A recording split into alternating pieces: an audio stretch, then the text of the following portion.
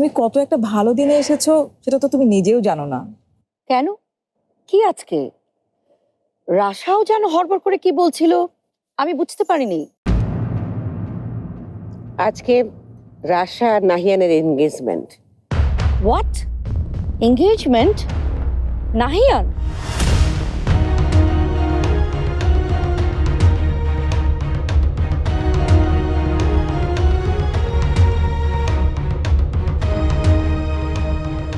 High ফুপি,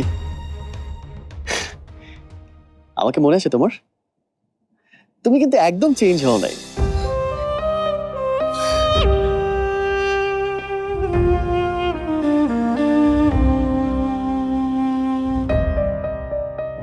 Who is she? আমাদের ফুফি রাশাপুর মা। জেসমিন, তুই কিছু মনে করিস না, আমি আসলে তোকে ফোন করে বিষয়টা জানাতাম। আর রাশা আর নাহিয়ানের এই এঙ্গেজমেন্ট বিয়ে এটা আসলে আজকে হঠাৎ করেই হয়ে গেছে সিদ্ধান্তটা। কেন শওকত? ওকে কেন জানাতে হবে? ও রাশাকে জন্ম দিয়েছে তাই?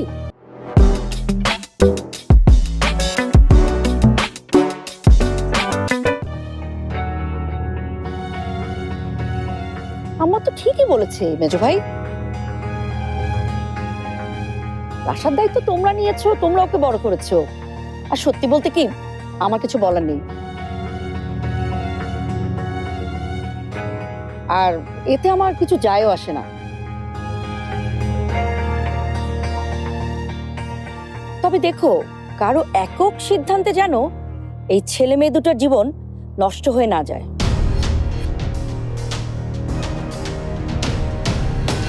আমার একবার হয়েছিল, এবারই পরম্পরাই তো এমন।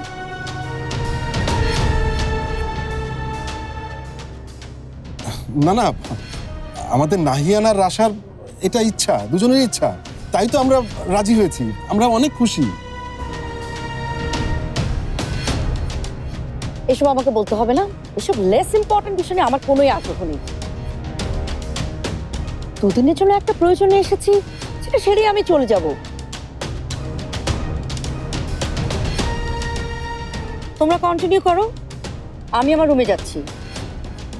আমার রুমটা কি আমার আছে? তোমার রুম তোমারই আছে মাম্মা। থ্যাঙ্কস। সে কি জেসমিন, তুমি ওদের এনগেজমেন্টে থাকবে না? বিয়ে সংক্রান্ত যে কোনো বিষয়ে আমার অ্যালার্জি আছে। By the way, Rasha, Nahiyan, congratulation.